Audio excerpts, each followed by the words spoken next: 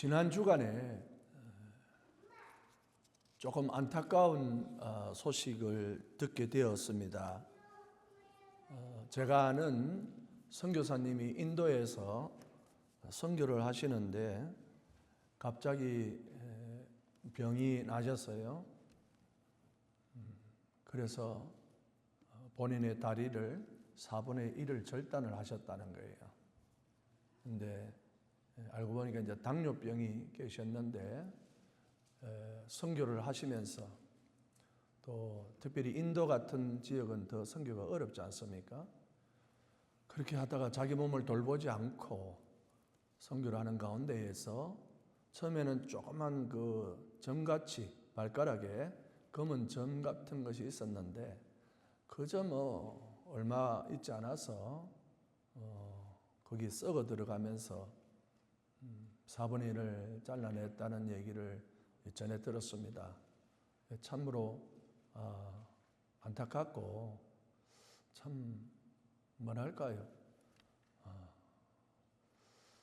하여튼 마음이 여러 가지 감정이 오갔습니다. 그러면서 제 마음에 드는 생각이 하나 있었어요. 왜 그래까지 해야 되느냐 하는 생각이 들었습니다. 예? 왜 그래까지 해야 되느냐는 거죠. 발목을 잘라가면서까지 복음을 전해야 되는 게 왜 그렇게 해야 될까요? 그것도 우리나라도 아니고 저 인도까지 가서 뭐가 이 선교사님으로, 이 선교사님뿐만 아니겠지요. 수많은 선교사님들이 지금 전 세계에 나가서 복음을 전하고 교회를 세우려고 합니다. 그러면서 수많은 고통과 핍박을 받고 있어요. 그런데 도대체 뭐가 이분들로 하여금 그 모든 그 어려움을 심지어 자기의 그 신체에 병을 가지면서까지 그렇게 해야 되는 이유가 뭐가 있을까? 이유는 딱 하나입니다.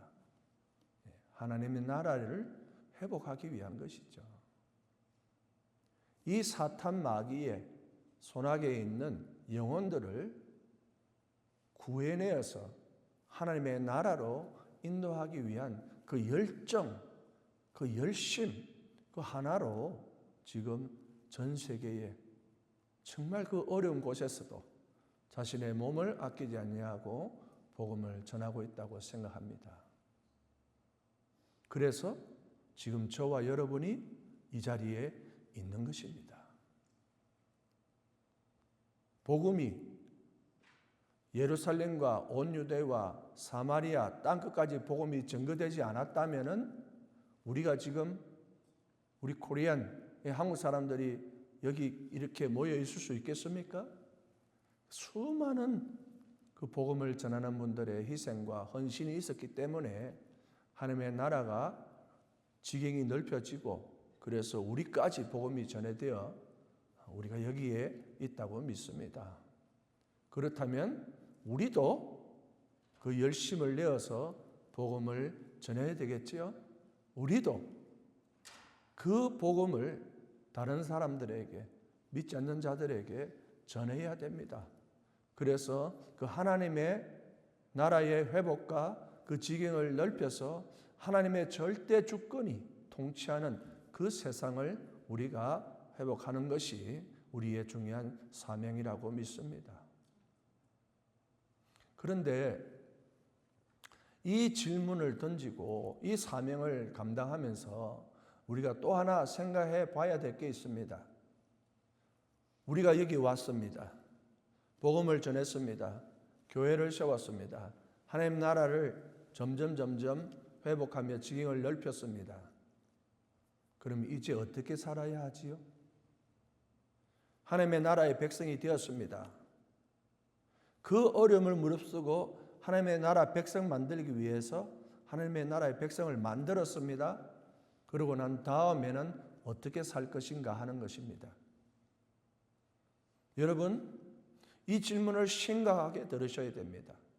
그 모든 희생을 감당하면서 그 모든 어려움 속에서도 복음을 증거하여 주님의 나라로 이끌었습니다. 그래서 주의 백성 되었습니다. 교회로 왔습니다. 교회에서 목사, 장로, 집사, 권사 다 되었습니다. 어떻게 살 것인가 하는 물음에 대하여 잘 고민하지 않는 것 같아요. 왜냐? 제가 한국에 있을 때 교회 집사님인데도 조금 몸이 안 좋으니까 무당한테 가서 구슬하더라고요. 어떻게 사는 거예요, 그러면? 그 사람이 믿는다는 것이 뭐냐는 겁니다. 하나님의 나라의 백성으로 사는 게 맞나요? 교회 다니면서도 술집에 다니고 온갖 나쁜 짓을 다 하는 사람이 하나님 나라의 백성이라고 말할 수 있나요? 어떻게 살아야 됩니까? 여기는 어떤지 모르지만은 한국에는요, 아이들, 고3 아이들 입시철이 되잖아요. 어디를 제일 많이 찾아가는 것 같습니까? 교회 와서 기도하는 분도 계시지만, 장로님하고 권사님 점쟁이 집을 그렇게 들락거린다는 거예요. 우리 애가 붙겠습니까? 떨어지겠습니까? 그걸 왜 점쟁이한테 가서 물어요? 모르니까. 어떻게 살아야 되는지를 모르니까. 하나님 나라의 백성을 만들어 놨는데도 어떻게 살아야 되는지를 모르니까요. 이중생활하는 겁니다. 교회 오면은 집사고 밖에 나가면 잡사가 되는 거죠. 몰라요? 우리는 이 땅에서 하나님의 백성으로 어떻게 살 것인가 하는 이 문제를 해결해야만 돼요. 그래야 교회에 오는 사람과 교회 바깥에 있는 사람이 뭐가 다르냐 하는 것들을 생각해 봐야 되지 않겠습니까? 우리가 하나님 나라의 백성이 되었습니다. 뭐가 달라졌습니까? 우리의 삶이 뭐가 세상과 다르냐 하는 것을 우리가 알아야 되지 않겠느냐면, 그렇지 않으면은 우리는 세상에서 사는 것을 그대로 교회 안에 들고 들어온다는 거예요. 종교개혁 당시에 아주 재미있는 일화가 하나 있었습니다. 칼빈이 목회하던 제네바에서 제네바 시장이 있었습니다. 제네바 시장이 교인이었어요.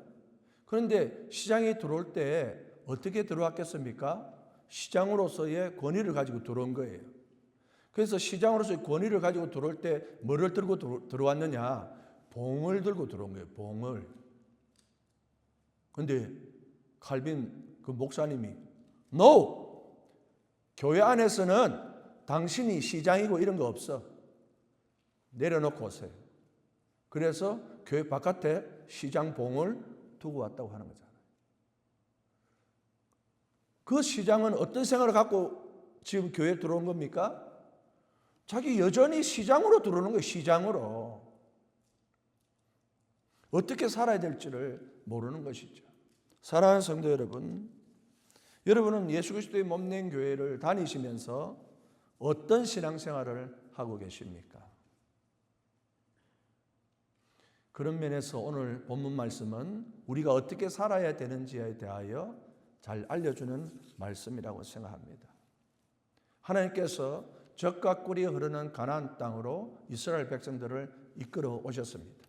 하나님의 백성을 삼으시고 하나님의 땅으로 이끌어 오셨죠. 그리고 가나안 땅에 있던 모든 군대들, 강한 용사들을 다 제거하시고 하나님께서 그 땅을, 젖과 꿀이 흐르는 그 땅을 이스라엘 백성들에게 완전히 허락해 주셨죠. 그래서 땅 분배도 다 끝났습니다. 그런데 갑자기 문제가 하나 생겼습니다. 모든 것이 다 끝났는데 지도자였던 여호수아가 나이가 너무 많아서 더 이상 지도를 할 수가 없었습니다.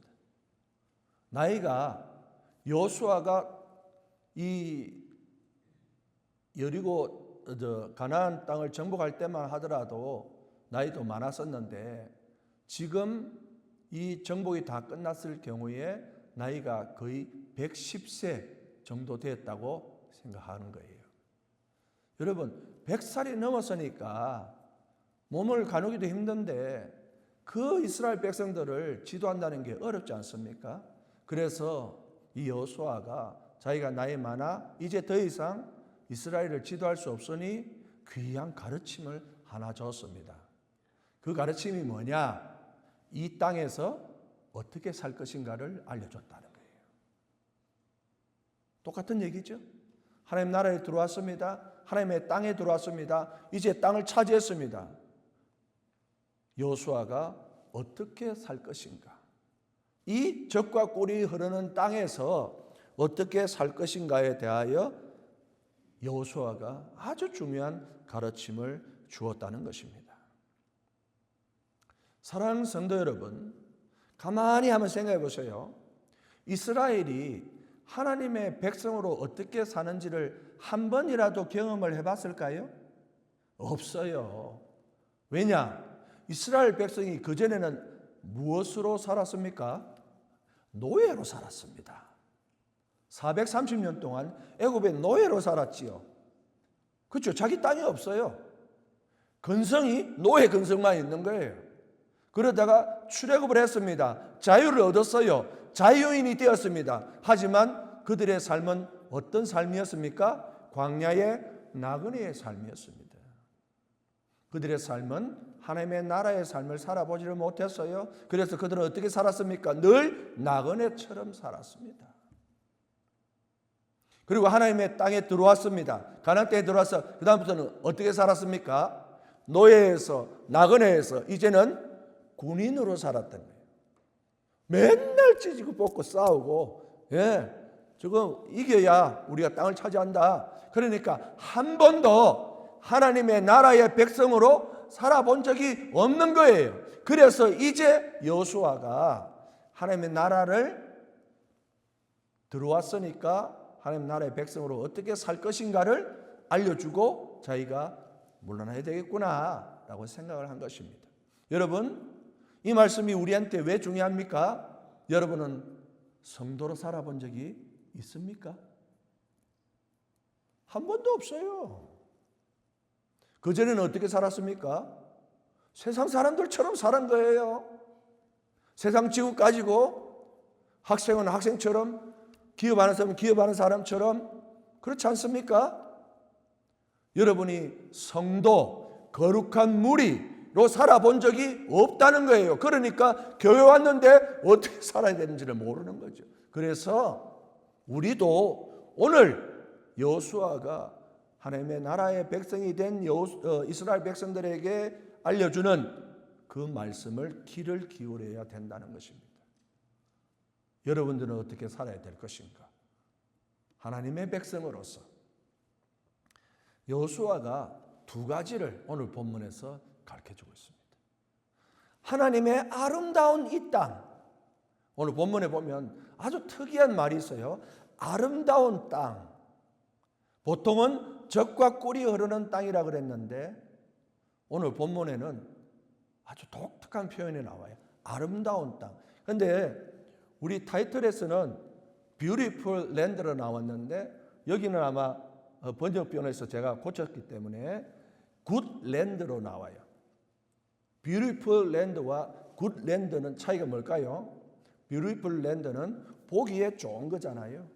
Good Land는 무엇입니까? 그곳이 하나님의 통치하심이 있는 땅이라는 것이죠. 하나님의 통치하심이 있는 그 땅에서 어떻게 살 것인가?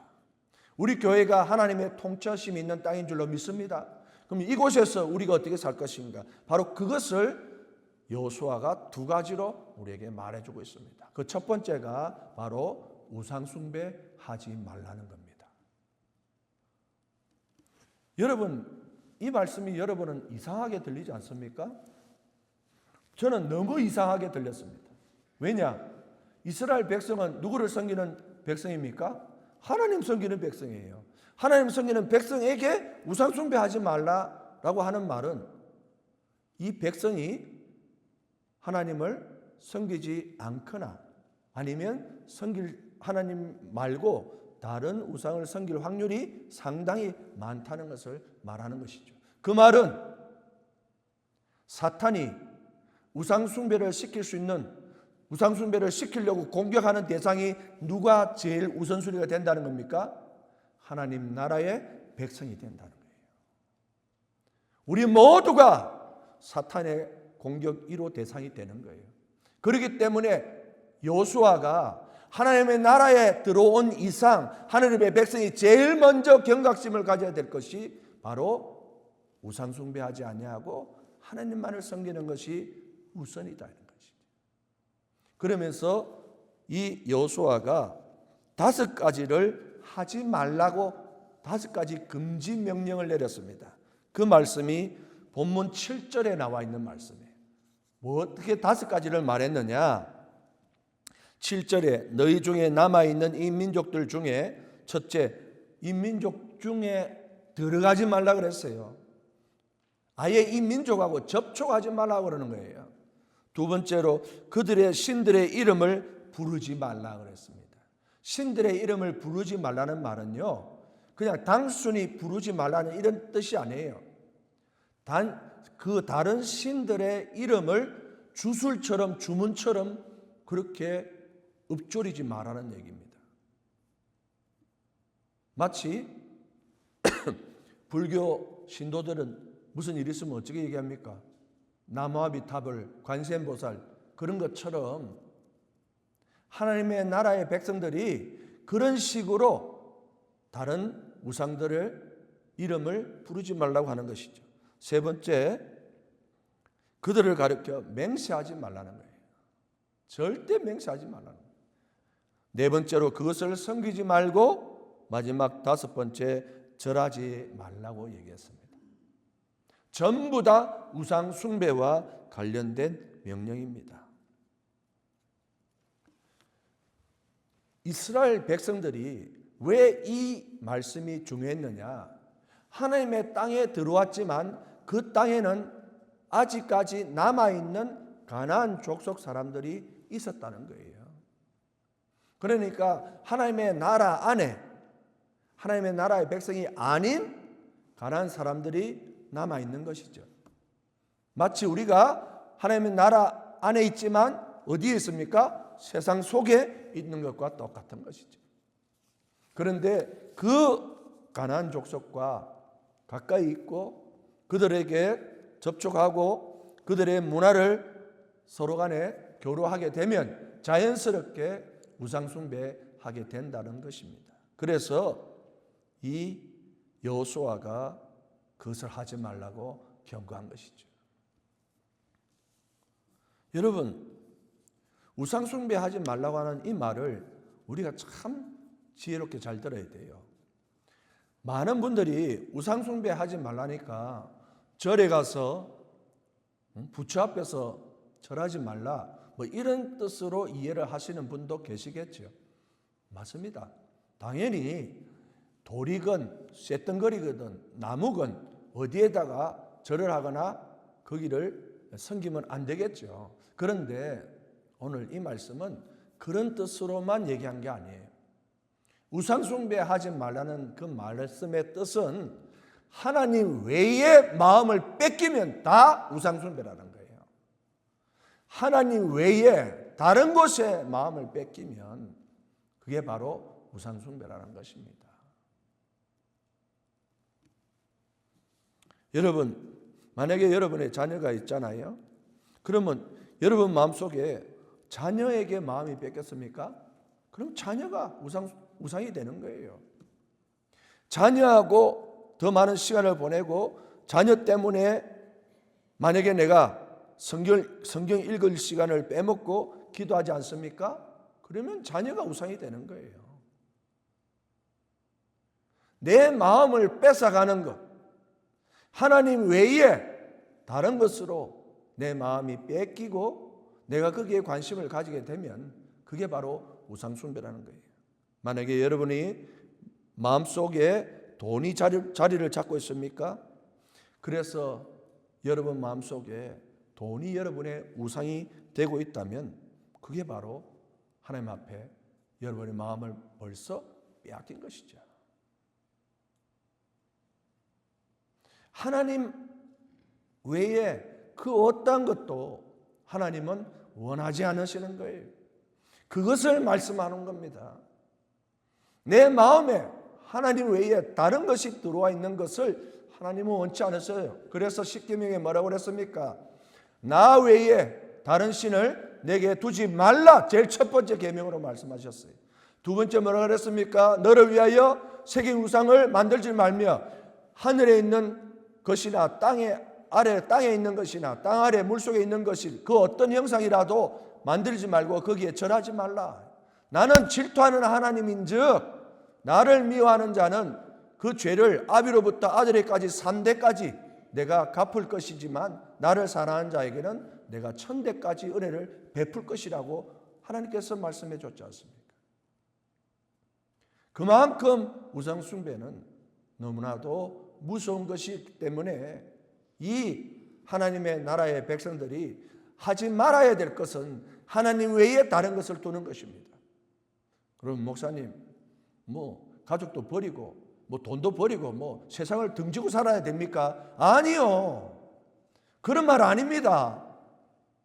그럼 우리 다 산으로 가든지 수도원으로 가든지 그래야지요. 여호수아는 그렇게 말하지 않았어요. 대신에 뭐 하라 그랬느냐? 우상 숭배하지 않기 위해서 6절 말씀에 하나님의 말씀을 힘써 다 지켜 행하라 그랬어요. 자녀를 어떻게 키우기를 원합니까? 말씀대로 키우라는 거예요. 돈을 어떻게 벌기를 원합니까? 말씀을 지켜 행하여 벌으라는 것입니다. 그것이 여호수아가 하나님 나라의 백성들에게 주는 귀한 가르침이라는 거예요. 그렇지 않으면 우리는 자꾸 휘청휘청 좌로나 우로나 치우쳐서 하나님을 제대로 섬길 수가 없게 되는 것이죠. 여러분, 이 가나안 땅이 어떤 땅인 줄 여러분 아십니까? 제가 말씀드렸잖아요. 이 땅은 430년 애굽 노예에서 거기서 우리에게 주어진 땅이에요. 430년 만에 주어진 땅입니다. 거기다가 40년을 광야에서 헤매다가 얻은 땅이에요. 거기다가 7년 동안 전쟁 벌려서 겨우 얻은 땅이 이 가나안 땅이에요. 젖과 꿀이 흐르는 이 아름다운 땅을 그렇게 얻었는데 이 땅을 우리가 지키지 못한다면 우리는 또다시 노예가 되고 나그네의 신세가 되고 어둠의 자녀로 전락하게 될 것이라는 거예요. 그러니까 어떻게 하라는 것입니까? 하나님의 말씀을 다 지켜 행하라. 힘써 지켜 행하라. 그러면 이 아름다운 땅에서 우리가 영원히 살 수 있다라고 하는 것을 이 여호수아가 가르쳐주고 있는 것이죠. 여러분, 하나님의 나라에 사는 것이 왜 중요하냐? 하나님 나라에 사는 것은 하나님 나라를 지킨다는 거예요. 하나님 나라를 지켜야 됩니다. 내가 사는 것이 하나님 나라를 지켜야 돼요. 그 지키는 것의 첫 번째가 뭐라는 겁니까? 하나님 외에는 보지 않는 거예요. 하나님 외에는 마음을 빼앗기지 않는다는 것입니다. 그래야 내가 이곳에서 영원히 아름다운 땅에서 살 수 있게 된다는 것이에요.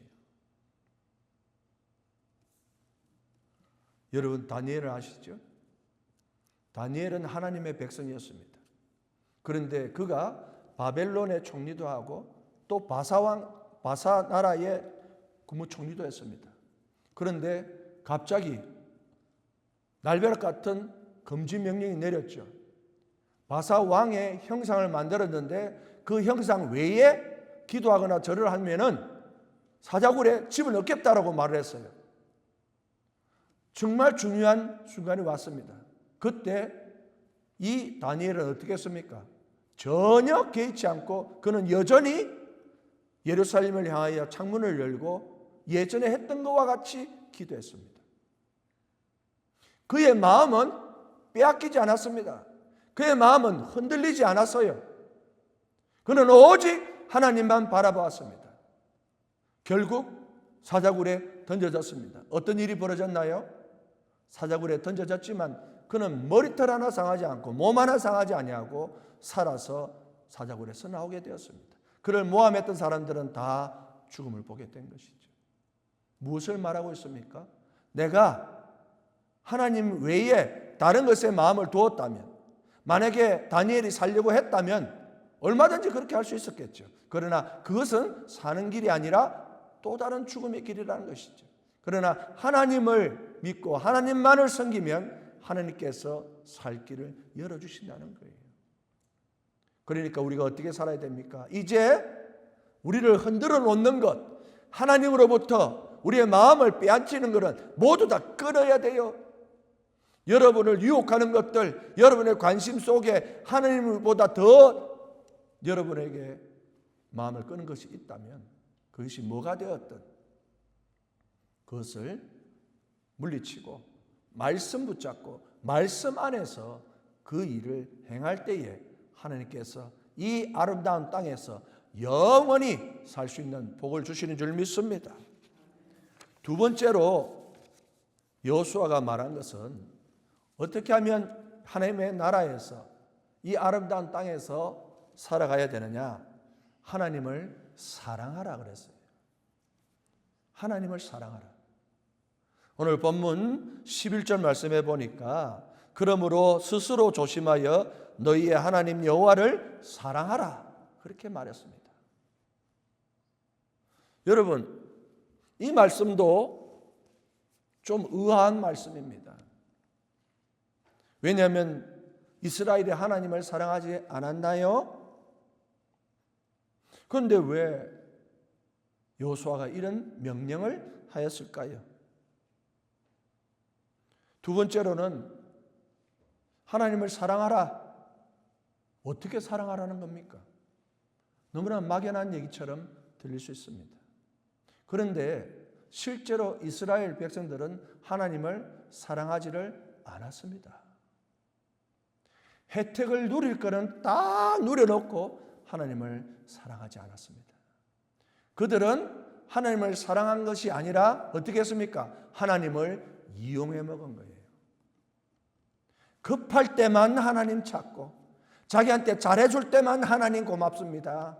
하나님 사랑한 척 해놓고 자기가 조금만 어려움이 있으면 어떻게 합니까? 하나님 원망하고 하나님 삿대질하면서 하나님을 하나님 취급조차 하지 않았다는 거예요. 그 대표적인 게 무엇입니까? 모세가 시내산에 10개 그 법궤를 받으러 올라갔을 때 그들은 어떻게 했습니까? 하나님을 하나님 취급했나요? 아니요. 금송아지를 만들어 놓고 이 금송아지가 우리를 출애굽하게 만든 여호와 하나님이다. 여기다 절을 하라. 그런 사람들이 이스라엘 사람들이었습니다. 여러분, 상식적으로 이해가 되지 않죠. 그러나 그렇게 했다는 거예요. 왜 그렇습니까? 이스라엘 백성들, 즉 하나님의 나라의 백성들이 하나님을 사랑하지 않았기 때문에 그와 같은 일을 행하게 된 것입니다. 참으로 하나님을 사랑해야 되는데 사랑하지 못하고 오히려 하나님의 마음을 아프게 하고 하나님을 배반하는 그런 모습을 취했기 때문에 그래가지고는 이 아름다운 땅에서 살 수 없다는 거예요. 마음을 빼앗길 뿐만 아니라 어떻게 합니까? 아예 하나님을 부정해버리는 일까지 한다는 거예요. 그러니까 하나님을 사랑해야 된다라고 여호수아가 말을 했는데, 그러면 목사님, 사람끼리 사랑하는 것은 이해가 되는데 하나님을 도대체 어떻게 사랑합니까? 눈에 뭐 보여야 뭐 하나님을 사랑하든지 말든지 뭐 선물이라도, 지난주에 뭐 얘기한 것처럼 우리 은찬이가 하나님 건강하세요 말이라도 좀 할 건데 하나님 보이지도 않으니까 그렇잖아요. 그런데 참 여호수아가 참 지혜로운 지도자예요. 하나님을 사랑하라 해놓고 그 앞에 단서를 딱 달아놨습니다. 뭐라고 단서를 달았습니까? 11절에 보니까 스스로 조심하여 하나님을 사랑하라 그랬어요. 스스로 조심하여, 이 말은 내 자신이 조심하라 이런 뜻이 아니고 이 히브리어 원어로 보면 울타리 안에서, 울타리를 넘지 않는 범위 내에서, 이런 뜻이 있어요. 그러니까 울타리를 넘어가지 말라는 것이죠. 하나님을 사랑할 때 하나님과의 관계를 울타리 안에서 사랑하라는 겁니다. 그럼 그 울타리가 무엇을 말하겠습니까? 하나님이 우리에게 주신 말씀 안에서 사랑하라는 거예요. 하나님 주신 그 말씀대로 우리가 지켜 행하는 것이 곧 뭐라는 거예요? 하나님을 사랑하는 것이라는 겁니다. 하나님의 말씀을 지키지 않으면은 뭐라는 것이죠? 하나님을 사랑하지 않는다는 것이에요. 하나님을 배반한다는 것입니다. 그러니까 조심해서 하나님의 울타리 안에서 사랑하라고 말하는 것입니다. 사랑은 어려운 게 아닙니다. 사랑은 하나님의 말씀 안에서 힘써 지켜 행하는 것이 하나님을 사랑하는 것이라고 말씀을 해준 것이에요. 사랑하는 여러분, 축복은 다른 게 아니고요, 하나님을 사랑하고 하나님의 사랑을 받는 게 축복인 줄 믿습니다. 사랑을 서로 주고받아야 돼요. 사랑은 일방적인 것이 아닙니다. 하나님은 우리에게 사랑을 베풀어 주시지만 하나님도 우리의 사랑을 원하고 계세요. 그런데 우리는 그저 사랑받기만을 원한다는 것이죠. 그런데 여호수아가 뭐라고 그랬습니까? 하나님의 나라의 백성은 하나님을 사랑해야 된다고 그랬어요. 그래야 이 아름다운 땅에서, 이 하나님의 나라에서 살아갈 수가 있다는 것입니다. 잠언 8장 17절에 나를 사랑하는 자들이 나의 사랑을 입으며 나를 간절히 찾는 자가 나를 만날 것이라고 말씀하셨어요. 나를 사랑하는 자가 나의 사랑을 입는다 그랬습니다. 나를 간절히 찾는 자가 하나님을 만날 것이라고 하셨죠. 그러니까 이제부터 하나님을 사랑하는 방법은 말씀했죠. 스스로 조심하여 하나님의 말씀의 울타리 안에서 하나님과의 관계를 맺어야 된다는 겁니다. 만약에 하나님의 말씀의 울타리가 만약에 없다면 여러분은 하나님하고 아무 관계가 없죠? 관계가 없는 사람이 사랑할 수 있습니까? 절대 없죠. 여러분은 정말 하나님을 사랑하고 있습니까? 여러분에게 하나님의 말씀이 있습니까? 여러분이 하나님의 말씀을 지키고 있습니까? 제가 어떤 목사님 설교를 듣다가 그 목사님이 어떤 그 자신이 들었던 얘기를 해주시는데 참 마음에 와닿는 그런 예화의 말씀이었어요. 이스라엘에 어떤 목동을, 그러니까 양을 치는 목동이 있었는데 그 목동이 참 좋은 분이었대요. 그 이스라엘의 선교사님이 만난 그 목동이. 그런데 그분이 양을 많이 키우고 계셨는데 하루는 그 목장에 풀이 났다는 거예요. 세상에. 그런데 참 아주 특이하죠. 어디에 불이 났느냐니까 양들이 먹는 그 뭐죠? 양식이라 그래야 되나요? 양들이 먹는 그 음식이 있는 그 곳간에, 그 헛간에 불이 난 거예요. 그런데 그 양들이 먹는 게 뭐 콩 종류 비슷하다고 그랬는 것 같아요. 그런데 이게요, 불이 나오는데 그 냄새가 아주 미치게 만드는 거라는 거예요. 그런데 이 목동이 놀란 거예요. 왜냐니까 자기가 평생 양을 키웠는데 양이 이렇게 미쳐 날뛰는 건 처음 봤다는 거예요. 저 헛간에서 냄새가 나자마자 모든 양들이 불이 났는데 그 안으로 달려들어가는 거예요. 예? 이 목자가 얼마나 놀랬겠습니까? 그래가지고 달려드는 놈들 다 하나씩 다 막을고 살려내려고 엄청 애를 썼다는 거예요. 그런데 많은 양들이 그 불에 타 죽었다는 거예요. 그런데 그 양은 어디로 쫓아간 겁니까? 그 고소한 그것에 쫓아가서 불이 있는지도 모르고 들어가면 먹을 수 있는 줄 알고 쫓아가는 것이죠. 근데 양이 그들을 막은 자들은 살고 그렇지 않는 자들은 그냥 자기 마음대로 가는 거다. 그래서 죽어버렸다는 거예요. 뭘 말합니까? 쌍방간의 교감이 있어야 그 목자와의 관계 속에서 살아날 수 있는 것이고, 그 푸른 초장에 풀을 떨어먹고 살 건데 나 혼자서 살겠다고, 나 혼자서 그거 먹겠다고 달라들면 그건 완전히 불구덩이로 들어가는 것이라는 거죠. 우리가 오늘 여호수아가 왜 스스로 조심하여 여호와 하나님을 사랑하라 하고 했는 이 말을 잘 들어야 된다는 것입니다. 그렇지 않으면 이 아름다운 땅에 지켜낼 수가 없다는 것이죠. 우리가 살아가는 법을 제대로 알아야 된다는 것이에요. 그러면 목사님, 만약에 우리가 그렇게 살아갈 거지만 하나님을 섬기고 우상 숭배 안 하고 하나님을 사랑하면서 살아갈 건데, 만약에 그렇게 못하면 어떻게 됩니까? 궁금하시죠? 저도 궁금했습니다. 그런데 여호수아가 답을 알려줬습니다. 우리 다 같이 13절을 같이 한번 읽어보겠습니다. 13절 다 같이 한번 읽겠습니다. 시작. 확실히 알라. 너희의 하나님 여호와께서 이 민족들을 너희 목전에서 다시는 쫓아내지 아니하시리니 그들이 너희에게 올무가 되어 덫이 되며 너희의 옆구리에 채찍이 되며 너희의 눈에 가시가 되어서 너희가 마침내 너희 하나님 여호와께서 너희에게 주신 이 아름다운 땅에서 뭐하리라? 멸하리라 그래요. 너무나도 무서운 말이에요. 이 아름다운 땅에서 우리가 어떻게 들어왔는데, 그렇잖아요.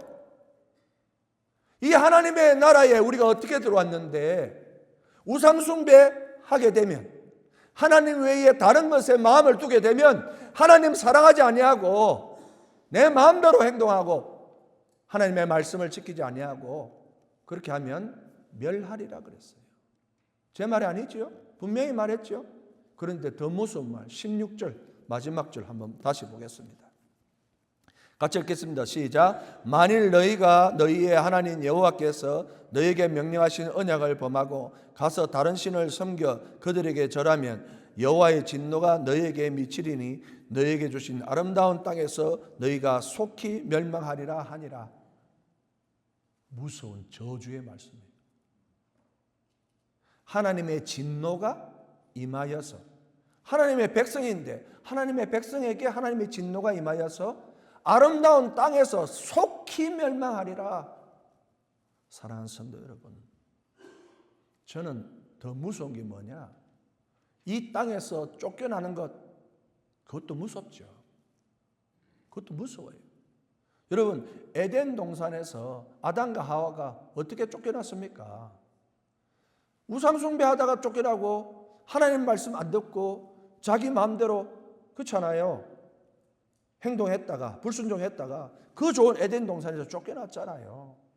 그래서 우리가 지금 원죄를 가지고 이렇게 살고 있지 않습니까? 그런데 제 마음에 더 무서운 것은 뭐냐, 하나님이 우리를 돕지 않는다는 게 더 무섭다는 거예요. 우리는 인생에 무서움, 위험도 있고 고난도 있고 문제를 만날 수 있잖아요. 그런데 걱정할 필요 없어요. 하나님 나라의 백성은 걱정할 필요 없습니다. 누가 계시니? 하나님 계시니, 우리 여호와 하나님께서 우리를 도우시니 그 문제 해결할 수 있습니다. 할렐루야. 그 문제는 다 해결될 수 있어요. 그런데 우리가 하나님을 보지 않고 우상을 바라보고 내 마음을 빼앗긴 것이 있다면, 그리고 하나님을 사랑하지 않는다면 어떻게 한다는 거예요? 하나님께서 우리를 돕지 않으신다고 말씀하세요. 무서운 말씀이에요. 하나님 도움 없이 살 수 있습니까? 천만의 말씀. 하나님 나라의 백성이 되었는데 하나님의 도움 없이 살 수 있다. 그거는 세상 사람하고 똑같은 거예요. 몸만 교회에 와 있는 것이지. 여호수아가 바로 이것을 이제 성도로서, 하나님의 백성으로서 가나안 땅, 이 아름다운 땅, 젖과 꿀이 흐르는 땅에 들어온 이스라엘 백성들, 하나님의 백성들에게 어떻게 살 것인가를 알려준 것입니다. 사랑하는 성도 여러분, 그렇다면 이제 중요한 것 하나 남았습니다. 이 아름다운 땅에서 축복받고 사는 것과 저주받고 쫓겨나는 것의 기준이 무엇인가요?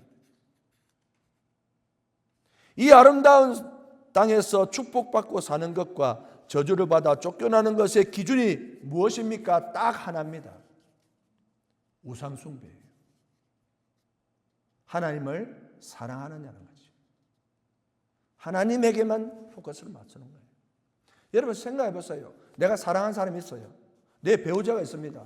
그런데 내 배우자가 나를 놔두고 다른 사람한테 가서 온갖 아양을 다 떨고 사랑해요 했고 뭐 내 돈을 가지고 가서 막 그 사람한테 선물 주고 여러분 견딜 수 있겠습니까?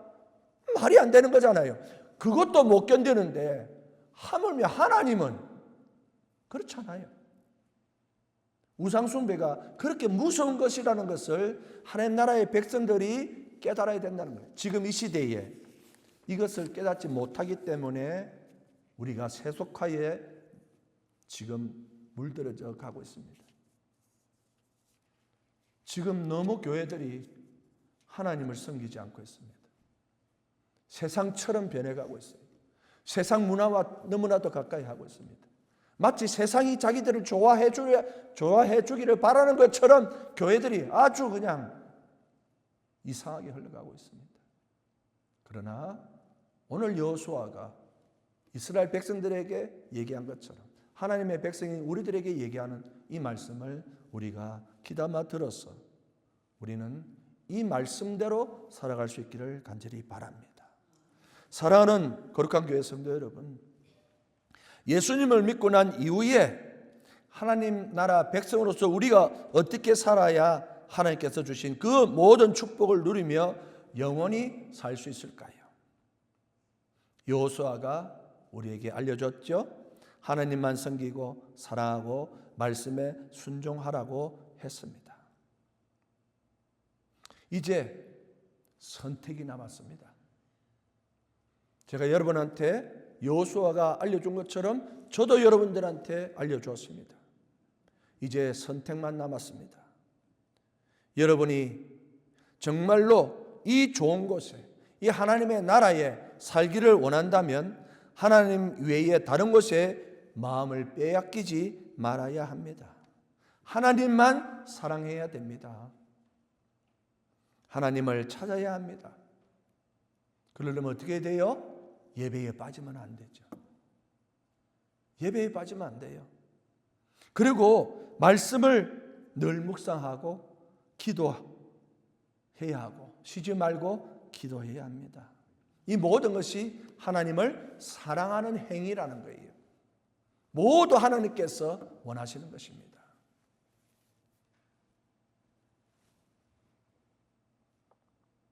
이제 우리는 우리를 구원하신 하나님만을 참 하나님으로 믿고 섬기기를 원하고, 그럴 때에 우리에게 있는 영원한 나라, 영원한 생명, 영원한 축복을 우리에게 계속 부어주시는 하나님의 은혜가 있는 줄 믿으시기를 주의 이름으로 간절히 축원합니다.